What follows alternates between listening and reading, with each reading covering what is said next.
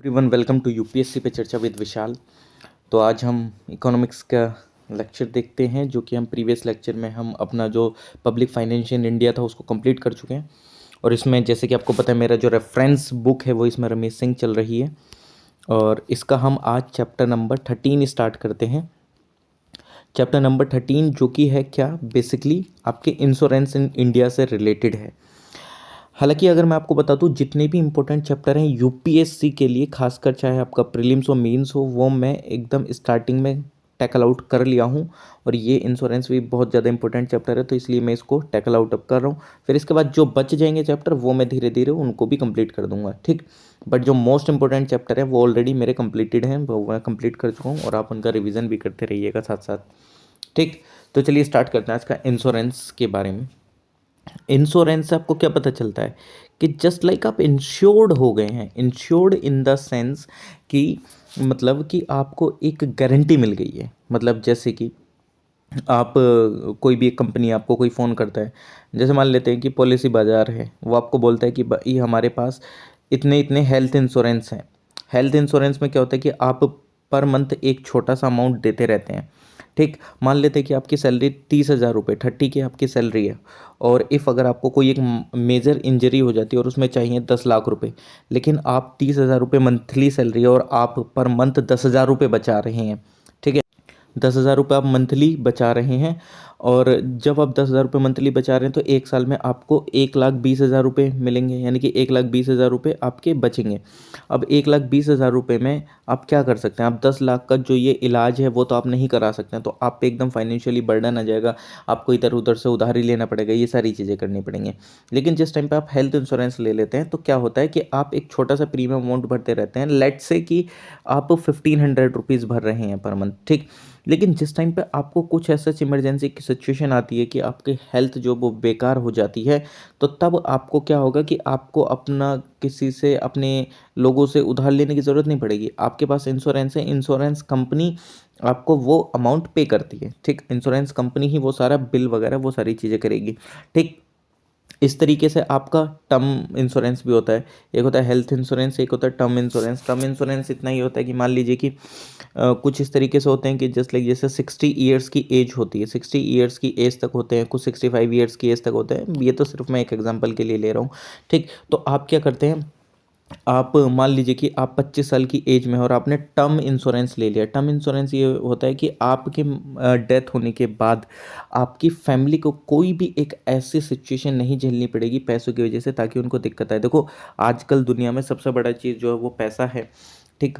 अगर आप देखेंगे तो अगर कोई एक व्यक्ति जो कि कमाता है उस परिवार में, अगर वही चला जाता है तो पूरे परिवार को बहुत ज़्यादा दिक्कतें उठानी पड़ जाती हैं, ठीक। क्योंकि खाने पीने तक के लिए भी दिक्कतें आ जाती है। तो ये टर्म इंश्योरेंस जो है वो हालांकि यही एक काम करता है कि मान लीजिए 25 साल की उम्र में आपने एक टर्म इंश्योरेंस ले लिया, और आप अपनी सैलरी में से लेट से 1,000 रुपीज़ सबमिट कर रहे हैं। तो इसमें ये होता है टर्म इंश्योरेंस में कि जितना आप ज़्यादा से ज़्यादा जल्दी रहेंगे उतना ही फ़ायदा रहेगा।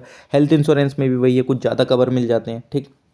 वो डिपेंड करता है पॉलिसी टू पॉलिसी। अब मैं आपको यहाँ पे एजेंट तो नहीं हूँ जो बताऊँगा हर एक कंपनी का, बट हाँ एक ओवरव्यू दे सकता हूँ कि जिस टाइम पे आप एक इंश्योरेंस लें तो आप क्या क्या चीज़ें आपको ध्यान में रखी जा सकती हैं। तो आप 25 साल की उम्र में हैं और 1,000 रुपये आपने क्या करे, आप लगा रहे हैं। तो मान लीजिए कि आपकी 60 एज ईयर कंप्लीट होने से पहले आपकी डेथ हो जाती है, तो अब क्या होगा कि जितने का भी आपने लिया होगा, मान लीजिए कि 1 करोड़ रुपए का आपने टर्म इंश्योरेंस ले रखा है, तो आपके जो ये 1 करोड़ रुपए हैं वो आपकी फैमिली को मिल जाएंगे। और इससे क्या होगा कि 1 करोड़ रुपए एक फैमिली को पूरा सपोर्ट करने के लिए बहुत अहम रोल प्ले करेंगे, ठीक।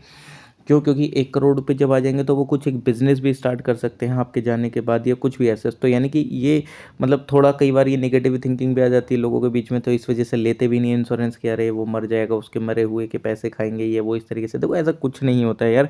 जिस टाइम पे खाने तक के लिए आपको तरसना पड़ जाता है ना, तो तब आपको ये समझ में आता है कि ये जो चीज़ें हैं वो कितनी ज़्यादा सख्त ज़रूरी होती हैं। 1 करोड़ रुपए से आप अपने जीवन को क्या कर सकते हैं, अपने बच्चे को पढ़ा सकते हैं, आप एक बिजनेस सेटल आउट करके आपको किसी के सामने हाथ फैलाने की ज़रूरत नहीं पड़ेगी कभी भी इस तरीके से। तो मैं तो चाहता हूँ कि आप लोग ये सारी चीज़ें ऑलरेडी करके रखें, और जिन्होंने ये कर रखा है तो वो तो और भी ज़्यादा अच्छी बात है। बट अगर आप इस तरह की चीज़ें करते हैं तो आप अपनी ही फैमिली का, अपने मतलब डेथ होने के बाद भी आप अपनी फैमिली का ध्यान रख के जा रहे हैं। देखें कितनी बड़ी बात हो जाती है इंश्योरेंस से। ठीक। और इंश्योरेंस ये सिर्फ हेल्थ या टर्म इंश्योरेंस ही नहीं होते, इसके अलावा भी और भी अदर इंश्योरेंस होते हैं। जस्ट लाइक जैसे व्हीकल इंश्योरेंस होता है, व्हीकल का जस्ट लाइक जैसे आप कोई एक 2 व्हीलर खरीदते हैं या 3 व्हीलर खरीदते हैं या 4 व्हीलर खरीदते हैं, तो सब एक का एक इंश्योरेंस होता है कि जस्ट लाइक जैसे आपसे कभी कभार एक्सीडेंट हो जाता है किसी का, तो उसको जो पैसे देने पड़ जाते हैं। गाड़ी में कुछ डैमेज हो जाता है तो तब आपको वो क्या कराना पड़ेगा, तब आपको सही करानी पड़ती है, तो तब आप इंश्योरेंस के थ्रू वो सही करा लेते हैं गाड़ी। ठीक। तो तमाम तरीके के इस तरीके के इंश्योरेंस चीज़ें होती हैं। अब आप बोलेंगे सर ये इंश्योरेंस वाली जो कंपनी है ये पैसा कैसे देती हैं, इनको तो हम बहुत कम पैसा दे रहे हैं। देखो कुल मिला के ऐसे मान लेते हैं कि 10 लोग हैं, 10 लोगों ने 10 पीपल हैं, 10 लोगों ने इंश्योरेंस कराया, और ये 10 लोग, ये जो कंपनी है मतलब इसको पॉलिसी बाजार मान लेते हैं। ये पॉलिसी बाजार जो एक कंपनी है, 10 लोगों ने इसमें हज़ार हज़ार रुपये ये डाल रहे हैं। ठीक, हज़ार हज़ार रुपये पर मंथ डाल रहे हैं इस कंपनी के पास पहुंच के 10,000 रुपये। अब ऐसा तो नहीं है सारे लोगों की एक ही साथ पे तबीयत खराब हो जाएगी, ठीक है, ऐसा ज़रूरी नहीं है। अब ये जो 10,000 रुपये हैं ये कहाँ इन्वेस्ट कर दिया इन्होंने, अदर जगह इन्वेस्ट कर दिया, शेयर मार्केट में या इधर उधर कहीं पे भी। तो इस 10,000 के इनके पास कितने आ गए, मान लेते हैं लेट से कि 20,000 रुपये इनको आ गए ये टोटल। ठीक, फॉर एग्जांपल मान रहे हैं। और 10 लोगों की एक साथ तो तबीयत नहीं खराब हो रही है। ठीक, एक आध लोगों की तबीयत खराब हुई तो ये 20,000 रुपये में से अपना जो भी, ऑब्वियसली बात है रनिंग कॉस्ट तो निकालनी पड़ेगी ना, वरना तो ये कंपनी बंद हो जाएंगे। तो अपना रनिंग कॉस्ट काट के मान लीजिए कि आपको 15,000 रुपये दे रही हैं आपके इलाज के लिए, और ऑब्वियसली बात है आपका इलाज का इलाज हो गया, इन लोगों का भी जो एक रनिंग कॉस्ट थी वो भी निकल गया, आप भी सिक्योर हो गए, ये भी सिक्योर हो गए। ठीक है, तो इस तरीके से थोड़ा सा वर्किंग करती हैं। क्योंकि सब लोगों का पैसा आ जाता है तो फिर ये भी इन्वेस्ट करके, ऐसे तो बैंकिंग भी तो ऐसे ही रन करती है ना, तो सेम ऑब्वियसली बात है ये भी ऐसे ही रन करेंगे। तो एक आपको एक पूरा एक ओवरव्यू दे दिया कि किस तरीके से चीज़ें इंश्योरेंस में वर्क करती हैं और कैसे आपके लिए इंपॉर्टेंट हो सकती है। और ये तो मेरी सजेशन हमेशा ही रहेगी कि आप लोग टर्म इंश्योरेंस, हेल्थ इंश्योरेंस तो ज़रूर ही कराइए, जो कि इफ़ अगर आप अपनी फैमिली में अकेले कमाने वाले हैं, इफ़ यू आर इन मतलब आपके पास ऑलरेडी वो पहले से ही है, तो फिर तो कोई दिक्कत ही नहीं है। अगर नहीं है तो हम तो सजेस्ट करेंगे कि आपको ये सब चीज़ें करनी ही चाहिए। ओके, तो चलिए अब इसमें देखते हैं कि ये जो इंश्योरेंस इंडस्ट्री है वो किस तरीके से आई, किस तरीके से भारत में इसका मतलब उत्पन्न या उत्पत्ति आपको देखने को मिल सकती है। इंश्योरेंस जो है वो आपको डीप रूटेड मिलेगी हमारे हिस्ट्री में, खासकर इसका जो मेंशन है वो आपको मनुस्मृति में देखने को मिल जाता है। मनुस्मृति में देखने को मिल जाता है। यज्ञवल्क्य में देखने को मिल जाता है। यज्ञवल्क्य में देखने को मिल जाता है जो कि धर्मशास्त्र है, या आपको कौटिल्य का जो अर्थशास्त्र है उसमें भी आपको देखने को मिल जाता है। ये मतलब सारी चीज़ें एक तरीके से आपको ऐसे मेंशन मिलेंगी कि पूलिंग ऑफ रिसोर्सेस, यानी कि एक साथ इन सारी चीज़ों को, मतलब काफ़ी सारे रिसोर्सेज को एक साथ इकट्ठा करा गया, और फिर जब भी कोई भी कैलेमिटी आई तो उन सबको डिस्ट्रीब्यूट करा गया। तो ये एक इंश्योरेंस टाइप से ही तो हो गया ना, मतलब फ्लड वगैरह आई और वहाँ का जो पूरा एकदम कैलेमिटीज़ आ गई वहाँ पे, या फायर इंसिडेंट्स हो गए, लोगों के पास खाने को कम हो गया लेकिन उनके पास स्टॉक में रखा था तो उन्होंने सबको दे दिया। तो इस तरीके की चीज़ें आपको ये पहले से भी देखने को मिल जाती हैं। ठीक, तो ये आज यही चीज़ आज का एक इंश्योरेंस का फॉर्म ले चुका है, यानी कि ये जो जड़ है वो जड़ ये थी और आज ये इंश्योरेंस का फॉर्म ले चुका है। ओके, जस्ट लाइक जैसे अब देखते हैं तो आप लोगों ने सबसे ज़्यादा सुना होगा LIC, जीवन के साथ भी जीवन के बाद भी, है क्या नहीं। जो LIC इंश्योरेंस है वो बिजनेस इंडस्ट्री वो नेशनलाइज हो गई थी कब, 1956 में, यानी कि गवर्नमेंट के अंडर में आ गई थी ये। और आपको अभी इसकी प्राइवेटाइजेशन वगैरह ये सारी न्यूज़ में सुनने को मिलती होगी, चलो वो तो हमारा अभी सेकेंडरी पार्ट है, उसको तो हम बाद में करेंगे। तो 1956 में ये क्या था, ये नेशनलाइज हो गई थी और ये फुल्ली गवर्नमेंट ओन्ड कंपनी है जो LIC है, life insurance corporation of India. और ये अगर आप देखेंगे तो ये सेटअप कैसे हुई थी उस समय पे, 245 इंडियन एंड फॉरेन कंपनीज जो थी वो लाइफ इंश्योरेंस सेगमेंट में काम कर रही थी जिस समय पे ये LIC आई थी। 245 फॉरेन एंड इंडियन कंपनीज काम कर रही थी इस इंश्योरेंस वाले सेक्टर में। और फिर बाद में धीरे धीरे प्राइवेट लाइफ इंश्योरेंस कंपनीज वगैरह को प्रोहिबिट कर दिया गया था उस समय पे, और जो LIC जो थी उसको बोला गया एक इन्वेस्टमेंट इंस्टीट्यूशन गवर्नमेंट के द्वारा। और जो नेशनलाइजेशन था वो इसका सिर्फ दो दो ऑब्जेक्टिव्स को ध्यान में रख कर करा गया था, जो कि पहला ये था कि एक मैसेज जाए लाइफ इंश्योरेंस का एक ग्रेटर सोशल सिक्योरिटी से रिलेटेड, यानी कि स्प्रेड द मैसेज स्प्रेड करने के लिए, किसको स्प्रेड द मैसेज, क्या, लाइफ इंश्योरेंस से रिलेटेड, लाइफ इंश्योरेंस से रिलेटेड मैसेज जाए, इंश्योरेंस से रिलेटेड एक ग्रेटर सोशल सिक्योरिटी के लिए, ठीक। और सेकंड रीज़न क्या था कि मोबिलाइज करा जाए पीपल की सेविंग को नेशन बिल्डिंग में, ठीक, जो कि प्रीमियम की फॉर्म में आए। देखो, प्रीमियम की फॉर्म में आप पैसा देंगे, ठीक है, प्रीमियम के फॉर्म में आप पैसे देंगे, ऑब्वियसली बात है आप भी सिक्योर हो गए, आप सिक्योर हो गए इंडिविजुअली। सेकंड, ये जो पैसा आया वो नेशन बिल्डिंग में भी लगेगा, क्यों, क्योंकि ये जो इंश्योरेंस कंपनी है वो पैसा देंगी और ऑब्वियसली बात है इंटरेस्ट कमाएंगे, और गवर्नमेंट के पास भी पैसा जाएगा तो वो भी इंफ्रास्ट्रक्चर में खर्च करेंगे, ठीक है कि नहीं। तो अल्टीमेटली एक पूरी साइकिल चलती है इसी से। तो ये दो बड़े मेन रीज़न थे, ये ऑब्जेक्टिव थे। और जो LIC जो है वो अभी तक भी एक बिगेस्ट इन्वेस्टर रहा है गवर्नमेंट के जो प्लान डेवलपमेंट होते हैं या गवर्नमेंट सिक्योरिटीज़ को ख़रीदने में। क्यों, क्योंकि LIC के पास पैसा आता है, वो ऑब्वियसली आता है गवर्नमेंट के सिक्योरिटीज़ खरीद लेगा, और LIC के पास जो भी पैसा आया पीपल से वो इस पे चले जाएगा, और जो गवर्नमेंट सिक्योरिटीज से जो गवर्नमेंट के पास पैसा आया वो इंफ्रास्ट्रक्चर में लग जाएगा। ठीक, पूरी एक साइकिल क्रिएट हो जाती है। तो वो सबके लिए बेहतर है। आपके लिए तो बेहतर है क्योंकि आपकी लाइफ सिक्योर हो रही है, गवर्नमेंट के लिए बेहतर है क्योंकि गवर्नमेंट की सिक्योरिटीज़ खरीदी जा रही है LIC के द्वारा, गवर्नमेंट के पास पैसा जा रहा है, अल्टीमेटली आप लोगों के लिए वो इंफ्रास्ट्रक्चर डेवलपमेंट ये सारी चीज़ें कर रहे हैं। ठीक, तो ये सारी चीज़ें ध्यान रख लेना।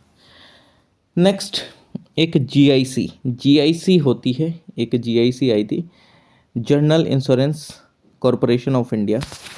1971 में क्या होता है, एक सेकेंड, जो GIC है जनरल इंश्योरेंस कॉरपोरेशन, 1971 में गवर्नमेंट नेशनलाइज करती है प्राइवेट सेक्टर कंपनीज़ को, ठीक, जो कि जनरल इंश्योरेंस वाले सेगमेंट में काम कर रही थी, और मतलब काफ़ी अच्छे तरीके से, जैसे कि 107 कुल मिला के इंडियन एंड फॉरेन कंपनीज जो कि काम कर रही थी।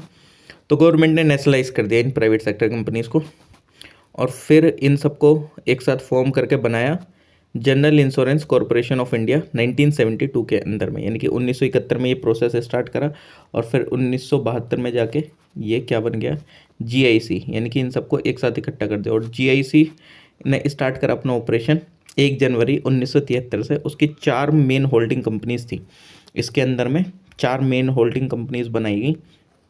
ऑपरेशन कब स्टार्ट करा, ध्यान रखना, 1 जन 1973 से, 1971 से स्टार्ट हुआ प्रोसेस, 1972 तक कंप्लीट हुआ, 1 जनवरी 1973 से स्टार्ट हो गया। तो इसके अंदर 4 मेन कंपनीज जो थी उनको लाया गया, जैसे आपकी कौन सी, एक तो है आपकी national insurance company limited NICL, ठीक है। फिर उसके बाद है new India assurance company limited, ये तो आपने देखी भी होगी बहुत बार, ये सारी ही देख रखी होंगी, NIACL बोलते हैं, ठीक। इनकी इन सारों को एक साथ इकट्ठा करके क्या बोला गया, general insurance corporation of India. और तीसरी कंपनी कौन थी, oriental fire and insurance company limited, OFIC। और एक चौथी कंपनी थी United India insurance company, UIIC। तो ये चारों कंपनी इसके अंदर में थी, और इन चारों के मतलब क्या करा गया, ये बड़ी इंश्योरेंस कंपनी थी ऐसा समझ लो। अब ये क्या करती थी, ये री इंश्योर करती थी। अब ये री इंश्योर क्या था, तो जिस टाइम पे इकोनॉमिक रिफॉर्म चल रहे थे तो 2 मेजर चेंजेस करे गए, क्या, कि नवंबर 2000 में GIC को नोटिफाई करा गया एज एन इंडियन री इंश्योरर, यानी कि ये जो 4 कंपनीज को एक साथ मिलाया तो उसको GIC बोला गया, लेकिन 2000 में इनको नोटिफाई करा गया GIRE का मतलब क्या है, ये री इंश्योरर है। मतलब फॉर एग्जांपल, एक कंपनी इन लोगों को इंश्योर कर रही है, एक कंपनी पीपल को इंश्योर कर रही है, क्यों, क्योंकि लोग इंश्योरेंस ले रहे हैं इस एक कंपनी से। अब कई बार इन इंश्योरेंस कंपनी को भी डर लग जाता है, तो अब ये कंपनी क्या करती हैं, ये इन बड़ी कंपनी से अपने आप को इंश्योर करा लेती है, यानी कि लोगों ने इंश्योरेंस लिया इस ए कंपनी से, ठीक, तो लोग इंश्योर हो गए। अब ये जो ए कंपनी है इसने अपना इंश्योरेंस कराया इन 4 बड़ी कंपनीज से, ठीक, तो इसको क्या बोला जाने लगा, GIC को GICRE, यानी कि ये इंडियन री इंश्योरर है, ये खुद एक इंश्योरेंस देती है अदर कंपनीज को, ठीक। ओके। लेकिन जो मार्च 2002 में जो जीआईसी था वो विड्रॉ कर लेती हैं उसमें से holding companies status of the 4 public sector general insurance company. Now this 4 companies are directly owned by the government of India. अब ये कॉरपोरेशन ना रह के, अब ये जो चार मतलब 2002 के अंदर में ये जो जीआईसी री थी, अब ये पूरी तरीके से गवर्नमेंट के अंडर में चली जाती है, क्योंकि ऑब्वियसली बात है लोगों का इंटरेस्ट है इस ए कंपनी में और इस ए कंपनी का इंटरेस्ट है जीआईसी आर ई में। अगर यही पूरा तरीके से डिफ़ॉल्ट कर देता है तो फिर तो दिक्कत आ जाएगी, लोगों के बीच में जो ट्रस्ट है वो तो ख़त्म ही हो जाएगा, तो गवर्नमेंट उसको अपने अंडर में ले लेती है। अब ये डायरेक्टली गवर्नमेंट के थ्रू मतलब क्या करी जाती है, ओन करी जाती है जो कंपनी है। ओके, चलिए ठीक है। अब कुछ और अदर आपको कंपनीज बताते हैं इनसे रिलेटेड, जैसे कि AICIL है, AICIL है। AICIL ये एक पब्लिक सेक्टर इंश्योरेंस कंपनी है जो कि एग्रीकल्चर से रिलेटेड काम करती है। एग्रीकल्चर शॉर्ट फॉर्म में लिखेंगे agriculture insurance company of India limited. ठीक, पूरी नहीं लिख रहा इन्फॉर्मेशन, ए से एग्रीकल्चर आ गया ना, तो agriculture insurance company of India limited है जो कि सेटअप करी गई थी गवर्नमेंट ऑफ इंडिया के द्वारा दिसंबर 2002 के अंदर में, दिसंबर 2002 के अंदर में। और ये डेडिकेटेड थी एग्रीकल्चर से रिलेटेड इंश्योरेंस करने में। ये एग्रीकल्चर से रिलेटेड इंश्योरेंस करती थी। इसका एम था कि वो जो नीड है फार्मर्स की, जो नीड है फार्मर्स की उसको सर्व करेगी, उसको बेटर बनाएगी। यानी कि एग्रीकल्चर से रिलेटेड ये क्या करेगी, इंश्योरेंस देगी, और जो नीड है फार्मर की उसको क्या करेगी, उसको सर्व करेगी। और एक सस्टेनेबल एक्यूटेरियल रिजीम चालू करेगी, मतलब जिससे कि फार्मर्स वगैरह काफ़ी अच्छे से सस्टेनेबल वे में चीज़ों को करें। ठीक, और ये जो कंपनी है वो रेस्पॉन्सिबल है सारी चीज़ों को देखने में, खासकर जो नेशनल एग्रीकल्चर इंश्योरेंस स्कीम है जो कि उस समय पर लॉन्च हुई थी उसको भी ये देखने लगी। यानी कि 2002 में स्टार्ट हुई, लेकिन जो ऑलरेडी स्कीम चल रही थी जैसे नेशनल एग्रीकल्चर इंश्योरेंस स्कीम जो कि लॉन्च हुई थी 1999 में, अब ये इसको भी देखने लगी, यानी कि ओवरलुक करने लगी। ठीक, ओवरलुक करने लगी क्योंकि ये भी एग्रीकल्चर से रिलेटेड स्कीम थी। और 2016 के बाद जैसे कौन सी हमारी स्कीम लॉन्च हुई, PMFBY, कौन सी है ये, प्रधानमंत्री फसल बीमा योजना। तो ये भी जो ऑलरेडी पहले जितनी भी स्कीम चल रही थी उन सबको सबस्यूम कर दिया गया और ये नई स्कीम चालू करी गई। तो इन सब चीज़ों की भी देखभाल कौन करता है, ये सारी चीज़ों की भी देखभाल कौन करेगा, इंश्योरेंस कौन सी वाली कंपनी, ये agriculture AICIL, agriculture insurance company of India limited. तो ये जो प्रधानमंत्री फसल बीमा योजना है इसको भी यही क्या करती है, ओवरलुक करती है। ओके,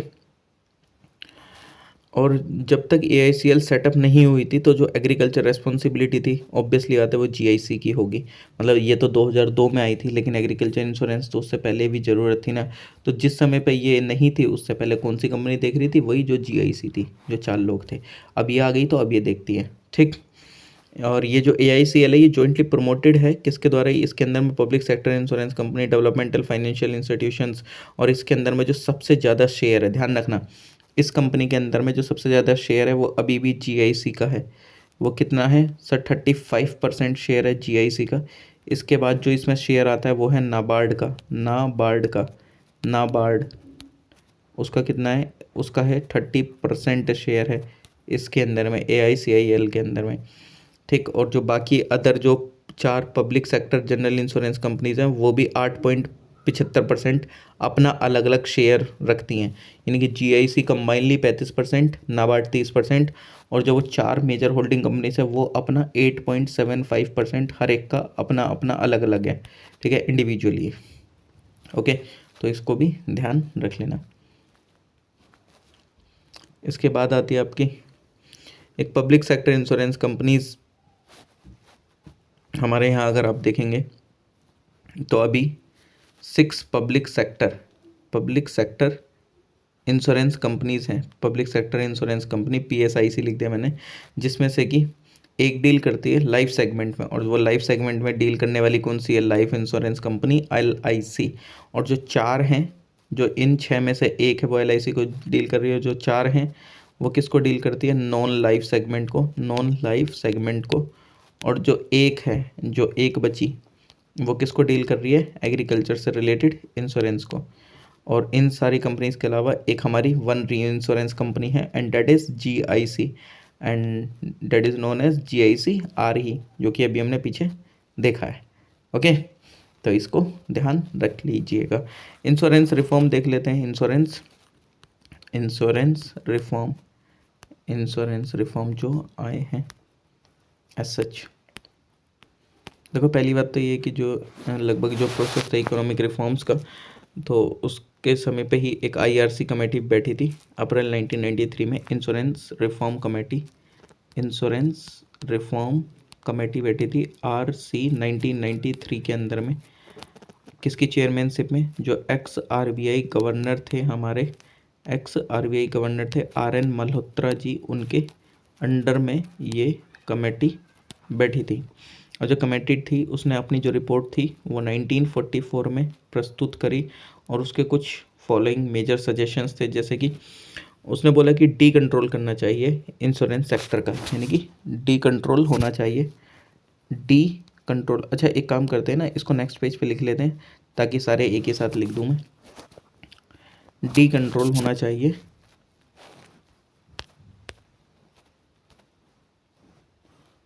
डी कंट्रोलिंग होना चाहिए इंश्योरेंस सेक्टर का। डी कंट्रोलिंग इंश्योरेंस सेक्टर का मतलब जितनी भी इंडियन है एज वेल एज जितने भी फॉरेन प्राइवेट सेक्टर हैं, उन सारी इंश्योरेंस कंपनीज को इस सेक्टर में अनुमति दी जाए। ठीक, और हालांकि ये जो चीज़ थी वो गवर्नमेंट ने कर दी थी 1999 में IRDA एक्ट लाके, यानी कि प्राइवेट सेक्टर को भी इसमें मंजूरी दी जाए, ऐसा इसने बोला था। और ये चीज़ जो थी वो 1999 में हो गई थी। IRDA एक्ट लेके आए और उन्होंने इस चीज़ को मंजूरी दे दी। फिर उसके बाद उसने बोला रीस्ट्रक्चरिंग होना चाहिए LIC का एंड GIC का। रीस्ट्रक्चरिंग होना चाहिए LIC एंड GIC का, यानी कि गवर्नमेंट की जो होल्डिंग है इसके अंदर में कम करनी चाहिए, लगभग 50% तक होना चाहिए। और बाकी कुछ जो जस्ट लाइक ये जो स्टेप था ये NDA गवर्नमेंट ने भी लिया इस, और जो UPA गवर्नमेंट थी उसका ऐसा कुछ प्लान नहीं था, लेकिन 2012 के बाद जो गवर्नमेंट थी उसने स्टार्ट करा कुछ LIC में शेयर अपना कम करने का, और पब्लिक सेक्टर अंडरटेकिंग्स में भी। ठीक, तो आपको पता है कुल मिला के ये डिसइन्वेस्टमेंट वाली चीज़ थी। ठीक है, ऐसा समझ सकते हो, डिसइन्वेस्टमेंट वाली चीज़, जो कि अभी मोदी जी कर भी रहे थे, प्राइवेटाइजेशन। ठीक है, डीलिंकिंग करना चाहिए GIC का, डीलिंकिंग करना चाहिए GIC का, और जो उसकी 4 सब्सिडरीज थी एंड इट्स 4 सब्सिडरीज का। और ये जो चीज़ थी वो हो गई थी सन 2000 में सब्सिडरीज का, और ये जो चीज़ थी ये कब हो गई थी? सन 2000 में जाके ये चीज़ कंप्लीट हो चुकी थी। उसने बोला डिस्कार्ड करना चाहिए जो सिस्टम ऑफ लाइसेंसिंग है सर्वेयर्स का, जो कि कंट्रोलर होते हैं इंश्योरेंस के। रिस्ट्रक्चरिंग करना चाहिए टैरिफ एडवाइजरी कमेटी का, TAC, ट्रैफिक एडवाइजरी कमेटी का। और सेटअप करना चाहिए एक रेगुलेटरी अथॉरिटी का, जो कि इंश्योरेंस पे रेगुलेशन करे। तो जो IRDA है वो बनाई जाती है, IRDA सन 2000 के अंदर में। इंश्योरेंस रेगुलेशन से related insurance regulatory and development authority ये सेटअप करी जाती है, जो कि इंश्योरेंस से रिलेटेड चीज़ों को टैकल आउट करेगी। जैसे पैसे वगैरह से रिलेटेड क्या है हमारी RBI वगैरह है, तो इस तरीके से इंश्योरेंस से रिलेटेड IRDA बना दी गई, और ये भी अपनी समय समय पर गाइडलाइन निकालती रहती है। ठीक, तो थोड़ा सा अगर IRDA के बारे में बताएं। चलिए IRDA के बारे में देखते हैं। तो ये जो IRDA है, यानी कि जो insurance regulatory and development authority है, ये सेटअप हुई थी 2000 के अंदर में। ठीक है, इससे रिलेटेड जो एक्ट था वो पास हुआ था 1999 में, और इसके अंदर में एक चेयरमैन होता है, चेयरमैन, और चेयरमैन के साथ साथ इसके 5 मेंबर होते हैं, 5 मेंबर्स होते हैं। ठीक है, 5 मेंबर, ये तो S लग रहा है, ऐसा लग रहा है, 5 मेंबर्स होते हैं, जिसमें से जो 2 होते हैं, यानी कि इन 5 में से अगर आप देखेंगे तो जो 2 मेंबर हैं वो फुल टाइम होंगे, फुल टाइम, और जो 3 हैं वो पार्ट टाइम होते हैं। जो 3 हैं वो पार्ट टाइम मेंबर होते हैं, जो कि अपॉइंट एंड नॉमिनेट करे जाते हैं गवर्नमेंट के द्वारा, GOI यानी कि गवर्नमेंट ऑफ इंडिया के द्वारा ये अपॉइंट करे जाते हैं। और जो अथॉरिटी होती है वो रिस्पॉन्सिबल होती है रेगुलेशन के लिए, ठीक है, रेगुलेशन के लिए, डेवलपमेंट के लिए, सुपरविज़न के लिए इंडियन इंश्योरेंस इंडस्ट्री की, यानी कि कुल मिला के क्या करता है, रेगुलेशन करते हैं, डेवलपमेंट करते हैं, सुपरविज़न करते हैं इंडियन इंश्योरेंस इंडस्ट्री का। और लगभग अभी अगर देखा जाए तो आई होप कि अगर इंश्योरेंस स्टेटस चेंज हुआ हो तो वो एक अलग चीज़ हो सकती है, लेकिन अभी देखा जाए तो 57 इंश्योरेंस कंपनीज़ जो हैं, आईसी इंश्योरेंस कंपनीज़ जो कि ऑपरेटिंग है भारत में, 24 जो है वो लाइफ सेगमेंट में है, ठीक है, और 33 जो है वो नॉन लाइफ सेगमेंट के अंदर में है, और एक जो है वो एक पब्लिक सेक्टर इंश्योरेंस इंश्योरर है, पब्लिक सेक्टर लाइफ इंश्योरर है।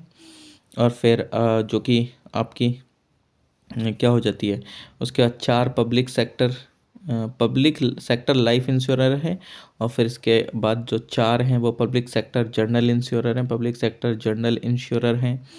और फिर 2 स्पेशलाइज्ड इंश्योरर हैं, स्पेशलाइज्ड इंश्योरर जैसे AICIL होगी एग्रीकल्चर से रिलेटेड। फिर अभी आपको मैं आगे ECGC भी बताऊंगा, एक्सपोर्ट से रिलेटेड, यानी कि एक्सपोर्ट से रिलेटेड जो सामान को इंश्योर करती है, तो ये स्पेशलाइज है, यानी कि ये सिर्फ इसी सेगमेंट में है। उसके अलावा आपकी एक GICRE होगी, यानी कि जो पब्लिक सेक्टर री इंश्योरर है, GICRE हो गई है।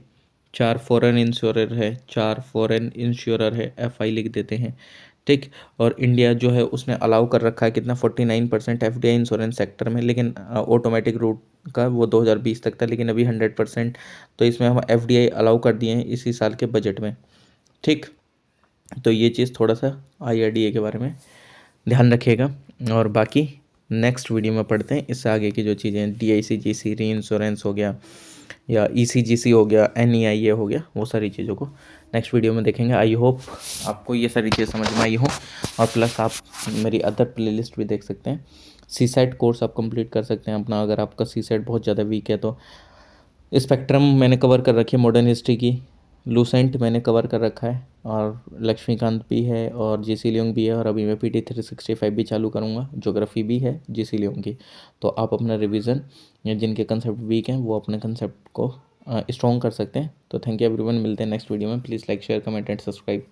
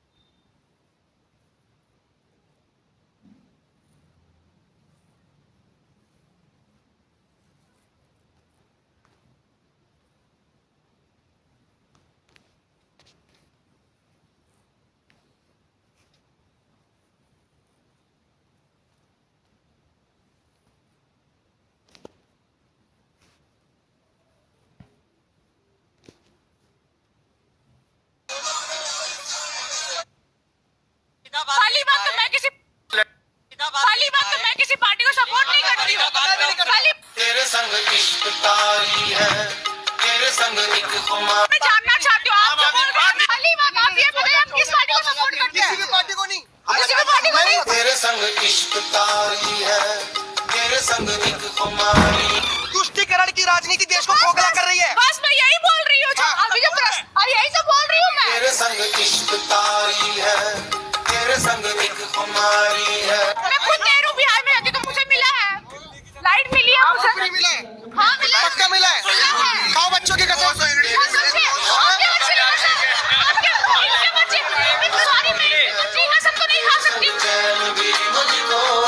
तेरे संग बेकरारी है।